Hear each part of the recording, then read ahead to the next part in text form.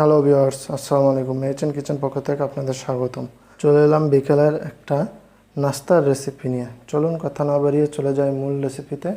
এর জন্য নিয়ে নিচ্ছি একটা ডিম,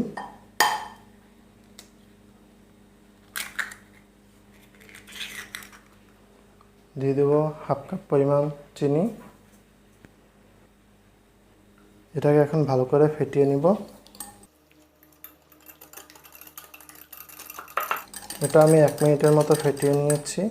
আমার ফেটানো হয়ে গেছে। দিয়ে দিচ্ছি 1 কাপ পরিমাণ আটা, দিয়ে দিচ্ছি 1 কাপ পরিমাণ ডিপ্লোমা ফুল ক্রিম গুঁড়ো দুধ, দিয়ে দিচ্ছি বেকিং পাউডার 1/4 চামচ, দিয়ে দিচ্ছি স্বাদ মতো লবণ। এখন এগুলোকে আমি হাত দিয়ে ভালো করে মিশিয়ে নিব। আমি এটা থেকে একটা ডো তৈরি করে নিচ্ছি। দেখুন আমার ডোটা তৈরি করা হয়ে গেছে। এখন এটাকে আমি 10 মিনিটের জন্য রেস্টে রেখে দেব। ফিরে এলাম 10 মিনিট পর। দেখুন কতটাই সফট হয়েছে। এখন এটাকে আমি একটা রুটির শেপ দেব।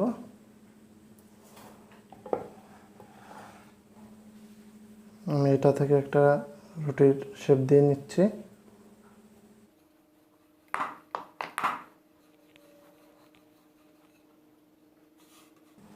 আমি এটা থেকে একটা রুটির শেপ করে নিচ্ছি। আমার রুটিটা বানানো হয়ে গিয়েছে। এখন আমি এটাকে কেটে নিব। আমি 5টা কেটে নিচ্ছি।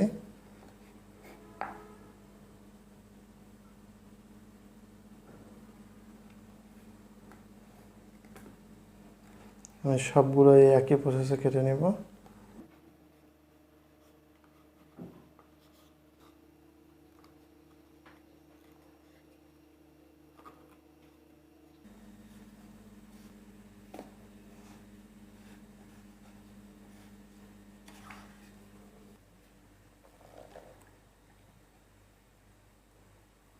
দেখুন আপনাদের আমি দেখিয়ে দিচ্ছি কিভাবে এটা কাটবেন।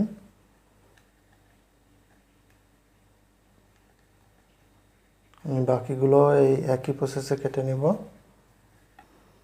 আমার এগুলো সব কাটা হয়ে গিয়েছে। এখন আমি এগুলো ভাজতে চলে যাব। এই জন্য আমি একটা প্যানে তেল গরম করতে দিয়ে দিয়েছি। চলুন এগুলো ভাজতে যাই। আমার তেলটা গরম হয়ে গিয়েছে। এখন আমি এগুলো দিয়ে দিব নর্মাল আঁচেই।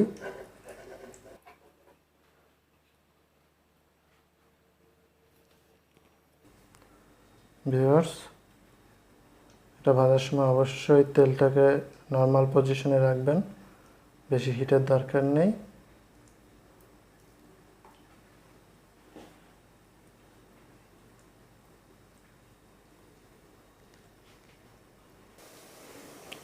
দেখুন কতটাই ফুলতেছে। এখন আমি সবগুলো একটু উল্টে দেব।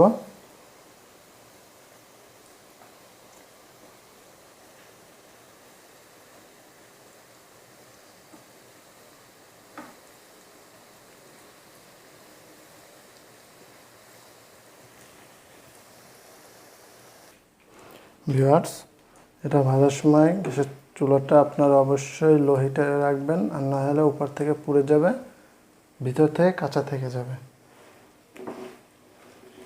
এগুলো আমার হয়ে গিয়েছে। এখন আমি এগুলো নামিয়ে নিচ্ছি।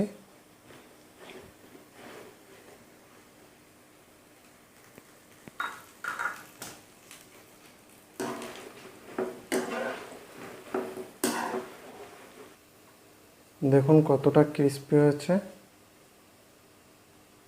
এখন এগুলো আমি তুলে নিচ্ছি। আমি একে একে সবগুলো তুলে নিয়েছি।